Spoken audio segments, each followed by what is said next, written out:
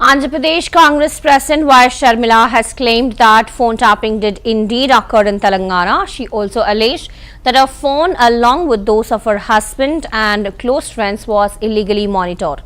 Sharmila stated that Y.V. Subba Reddy himself confirmed the tapping and that she was even shown an audio clip of her own conversation at the time. She also expressed her willingness to appear anywhere for an investigation into the matter, accusing former Chief Minister Jagan Mohan Reddy and K. Chandrasekhar Rao. She alleged that the phone tapping was part of a conspiracy to politically and financially sabotage her in Telangana. తెలంగాణలో phone tapping జరిగింది అన్నమాట ముమ్మాటికి నిజం.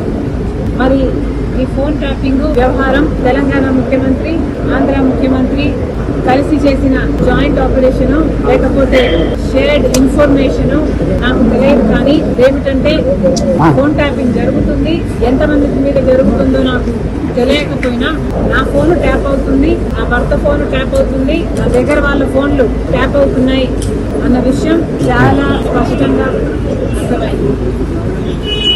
ఆ ఫోన్లు tap అవుతున్నాయి అనే అంశాన్ని వైవి సుబ్బారెడ్డి గారు స్వయంగా వైవి సుబ్బారెడ్డి గారే హైదరాబాద్ లో మా ఇంటికి వచ్చారు. మా ఇంటికి వచ్చి ఆ ఫోన్లు ట్యాప్ అవుతున్నాయి అన్న అంశం నిర్ధారిస్తూ మా ఫోన్లు ట్యాప్ చేసిన ఒక కాన్వర్సేషన్, ఒక ఆడియో కాన్వర్సేషన్ నాకే వినిపించారు. మరి ఈ విషయం సుబ్బారెడ్డి గారు ఇప్పుడు ఒప్పుకుంటారా అంటే తెలియదు, నాకు అనుమానమే.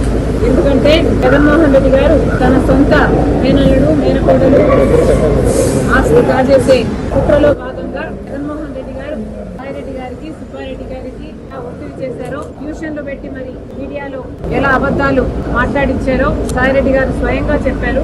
కాబట్టి ఇప్పుడున్న పరిస్థితుల్లో సుబ్బారెడ్డి గారు ఈ విషయాన్ని ఒప్పుకుంటారో కోరో నాకు తెలియదు. కానీ ఇది నిజమని నేను ఏ ఇన్వెస్టిగేషన్ ముందరైనా